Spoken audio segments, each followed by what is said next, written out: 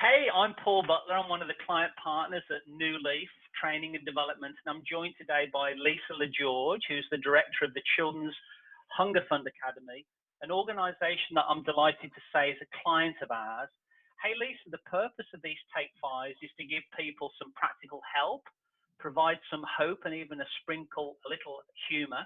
So I've just got one question for you, which I'd love you to run with for about 4 minutes or so, as we do call these Take Five for a reason. So here's the question.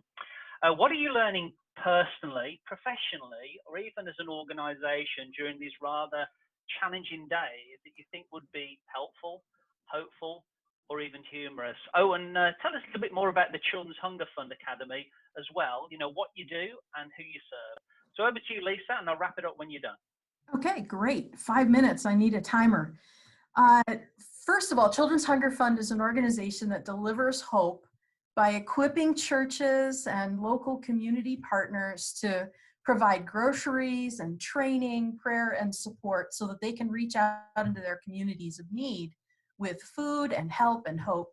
And we do that also by encouraging volunteers to come in and work with us, and by having an interactive experience at our headquarters called Poverty Encounter that helps people to see what poverty looks like in various scenarios. And so that's what Children's Hunger Fund is.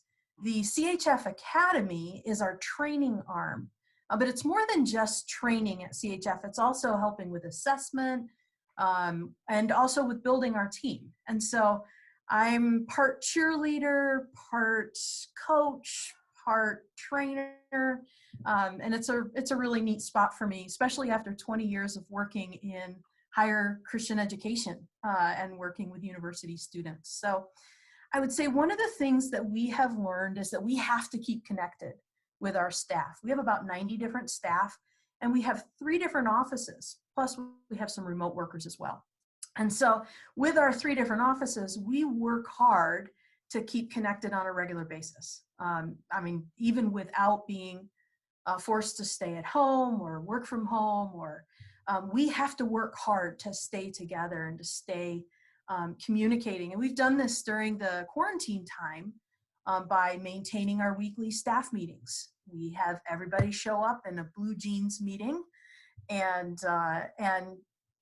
continue with our regular process of training and developing our staff and giving them reports. We have launched everyone onto iTeams, which we had not used before.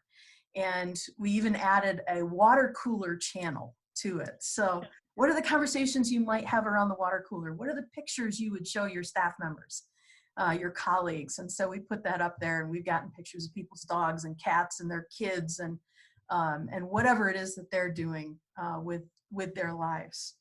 I've also kind of launched a biweekly email to all of our staff that incorporates updates and skills that they could be developing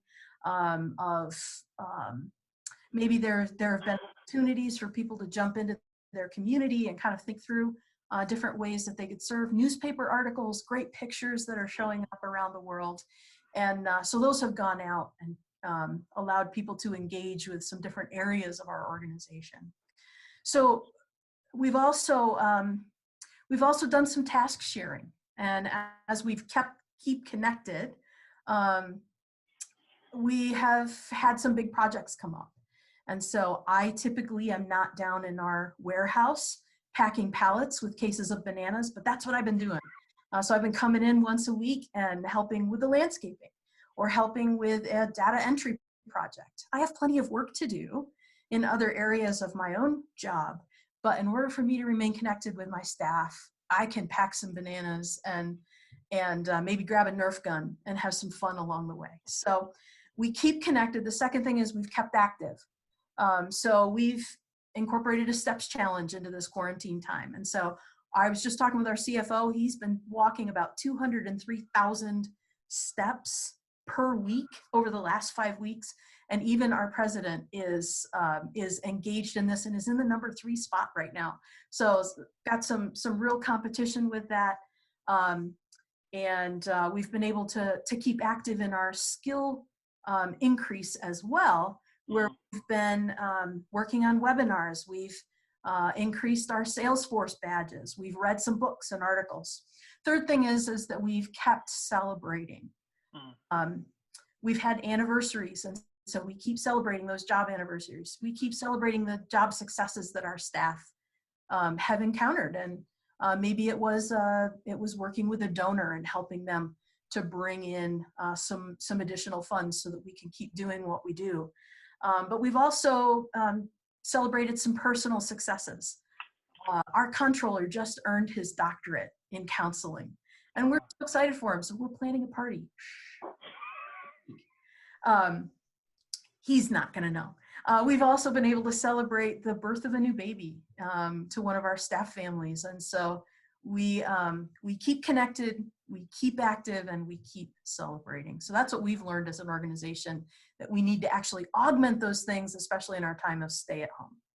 Oh, Lisa, thanks ever so much. And really on behalf of everyone that watches this, thank you for your insights, and thank you for the great work that you and the Children's Hunger Fund are doing.